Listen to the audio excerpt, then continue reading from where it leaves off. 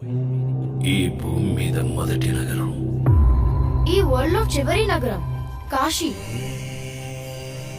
పైన నీళ్లుంటాయంట. భూమిని మొత్తం పీల్చేస్తే అన్ని అక్కడే ఉంటాయి. ఈ లోకంలో ఉన్నది కాంప్లెక్స్ ఒకటే, దేవుడు ఒక్కడే సుప్రీం యాస్కిన్. ఈ యుద్ధం మళ్ళీ మొదలైనట్టుంది. ఇది కూడా ఓడిపోను.